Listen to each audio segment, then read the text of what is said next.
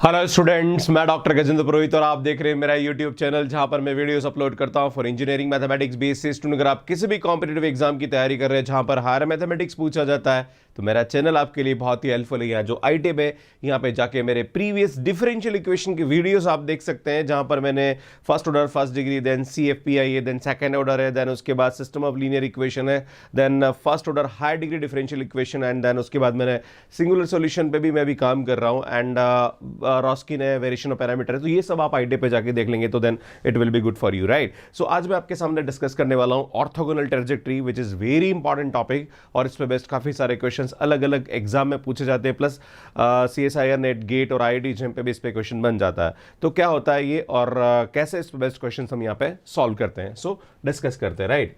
सो देखिए सुनिए यहाँ पे ऑर्थोगोनल ट्रेजेक्टरी स्टूडेंट यहाँ पे नाम से पता पड़ रहा है ऑर्थोगोनल मतलब 90 डिग्री है, परपेंडिकुलर है, राइट। पर एक बार इसकी डेफिनेशन पढ़ लेते हैं फिर हम बात करेंगे। सो स्टूडेंट सबसे पहले डेफिनेशन होती है ट्रेजेक्टरी क्या होती है। A curve which cuts every member of given family of curve is called trajectory। इसमें यहाँ पे मैं आपको बताना चाहता हूँ कि ये हमारे पास एक ये सर्कल है x² + y² = a²।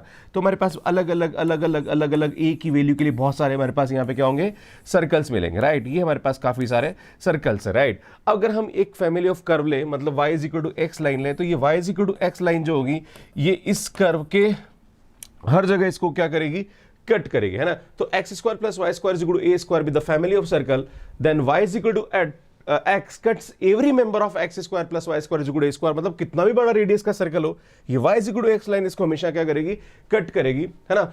तो every member of x² + y² = a², so y = x is a trajectory of a given family of curve। तो ये जो y = x लाइन होगी ये इसकी क्या होती है, ट्रेजेक्टरी होती है।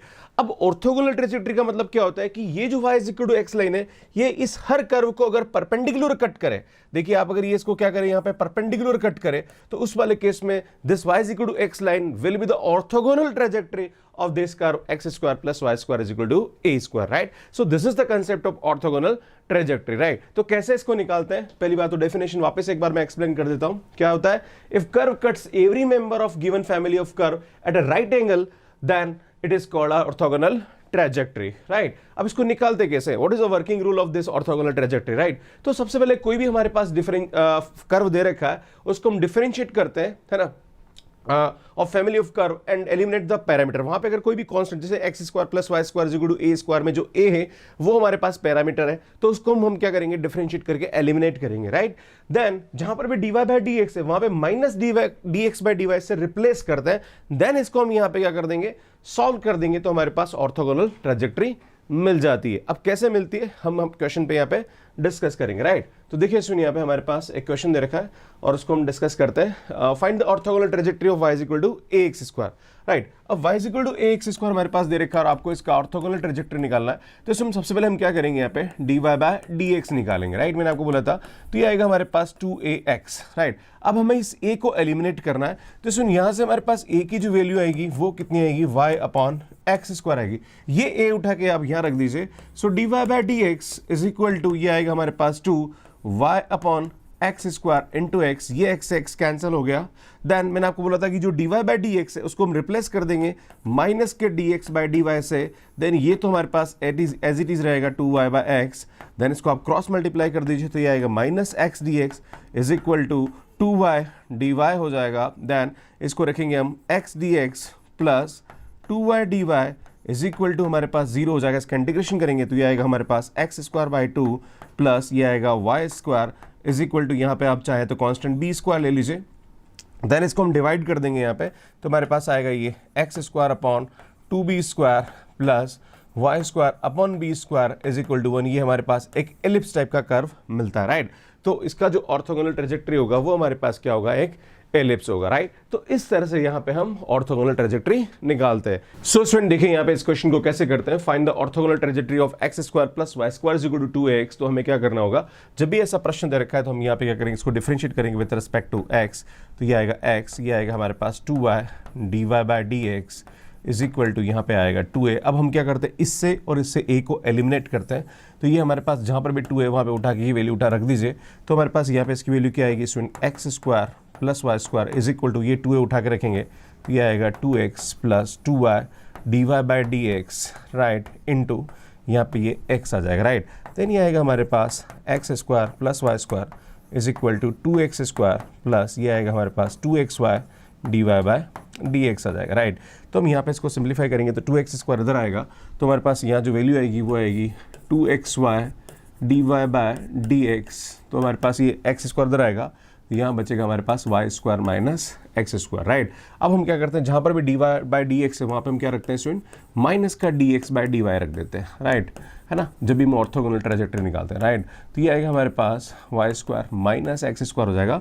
देन मैं इस d y by d x by d y को उधर ले जाता हूँ, तो ये हो जाएगा हमारे पास d y by d x and ये आएगा हमारे पास 2xy अपॉन ये माइनस है तो मैं डिवाइड करूँगा, तो ये माइनस यहाँ रख देते हैं, तो ये आएगा हमारे पास y square minus x square. Then इसमें यहाँ पे d y by d x is equal to ये होगा हमारे पास 2xy upon x square minus y square. जब भी ऐसा क्वेश्चन सॉल्व करते हैं तो हम यहाँ पे क्या करते हैं, y is equal to v x लेते हैं ना, क्योंकि होमोजीनियस डिफरेंशियल इक्वेशन, राइट। आईटी पे जाके मेरा homogeneous differential equation first order first degree आप देख सकते हैं, राइट। सो लेट क्या करेंगे हम, y is equal to v x हो जाएगा, तो हमारे पास ये आएगा d y by d x is equal to v plus x d v by d x. ये वैल्यू उठा के आप यहाँ रखेंगे तो इसमें हमारे पास जो वैल्यू आएगी वो आएगी v plus x d v by d x is equal to, जहाँ पर भी एक्स है वाई है वहाँ पे वी एक्स रखेंगे तो ये आएगा x square v upon x square minus x square v square हो जाएगा, राइट, है ना, x square v square, this is y square, this is x square minus y square, right. हाँ, तो वाई की वैल्यू रखेंगे, क्लियर है। Now x square common निकल के कैंसिल कर दीजिए, तो ये आएगा हमारे पास v d v by d x is equal to ये आएगा हमारे पास 2v 1 माइनस वी स्क्वायर हो जाएगा, राइट। इसमें v को उधर लेके जाइए आप, तो x d v by d x is equal to ये आएगा हमारे पास 2v upon 1 minus v square minus v हो जाएगा, राइट। इसका एलसीएम लेंगे तो मैं इसको वापस से यहाँ पे एक्सप्लेन कर लेता हूँ, तो ये आएगा हमारे पास x d v by d x is equal to ये आएगा हमारे पास 2v और इसका एलसीएम लेंगे तो माइनस का v एंड प्लस का v स्क्वायर हो जाएगा, v क्यूब हो जाएगा, सॉरी, है ना, क्योंकि जब इसको इससे मल्टीप्लाई करेंगे तो माइनस का v and minus minus plus v cube हो जाएगा, right, upon 1 minus v square हो जाएगा, राइट।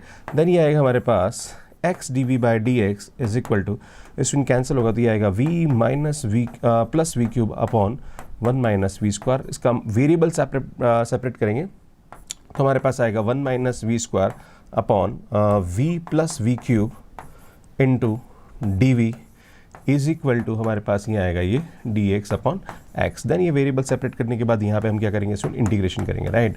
अब यहाँ पे इंटीग्रेशन करने के लिए आपको यहाँ पे इसका पार्शियल फ्रैक्शन करना जरूरी है, बिना पार्शियल फ्रैक्शन इस क्वेश्चन को हम यहाँ पे सॉल्व नहीं कर सकते, राइट। तो कैसे इसका पार्शियल फ्रैक्शन करते हैं, इसके लिए मैं आपको थोड़ा सा यहाँ पे हटाता हूँ क्योंकि मुझे कैलकुलेशन की ज़रूरत पड़ेगी, राइट, है ना।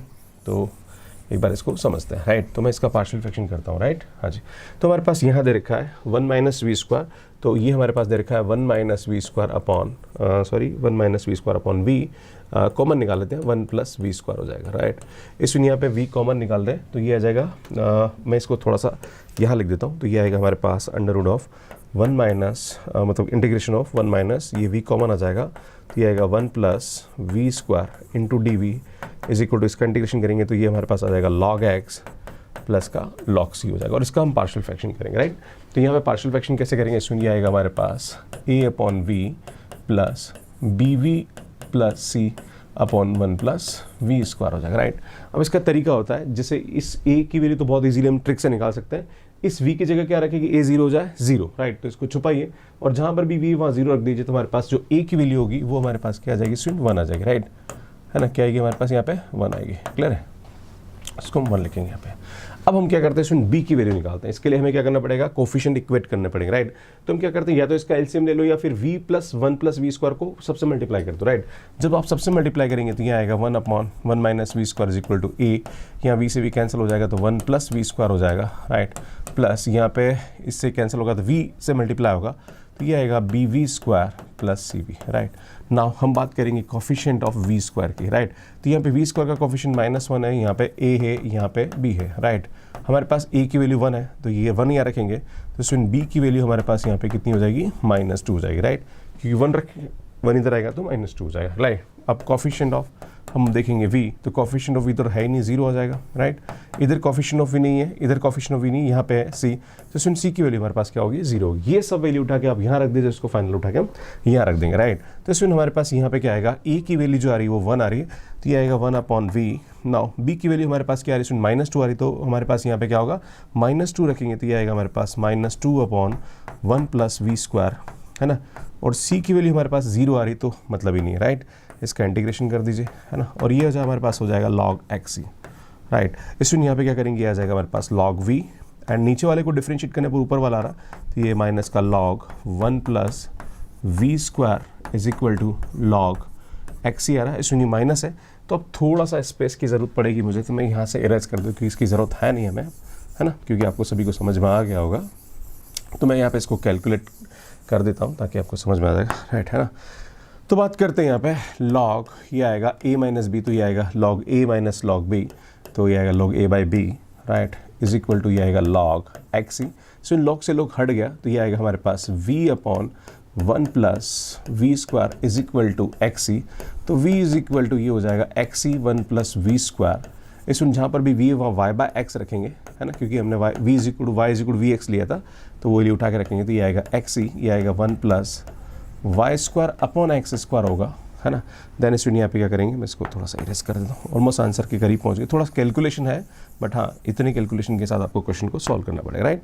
तो ये आएगा हमारे पास y/x = x, इसमें यहाँ पे इसका एलसीएम ले लीजिए, तो ये आएगा हमारे पास x² + y² / x², तो इसमें ये x से एक x कैंसिल हो गया, और यहाँ से x से एक x कैंसिल हो गया, तो हमारे पास आएगा c x² + y² = y, या इस कांस्टेंट को उधर लेके लिख दीजिए, तो ये आएगा x² + y² = c1y हो जाएगा, है ना, ऊपर जाके कांस्टेंट ये ले लिया, तो ये हमारे पास क्या होगा, इसका आंसर होगा। तो ए ऑप्शन हमारे पास करेक्ट होगा। इस तरह से इस क्वेश्चन को हम यहाँ पे सॉल्व करते हैं, राइट। एक और क्वेश्चन लेते हैं ताकि आपको चीज़ें समझ में आए। इसमें ये क्वेश्चन देखिए आप, find the orthogonal trajectory of family of parabola, right. तो कैसे इसको हम निकालते हैं, बड़ा सिंपल सा प्रश्न है।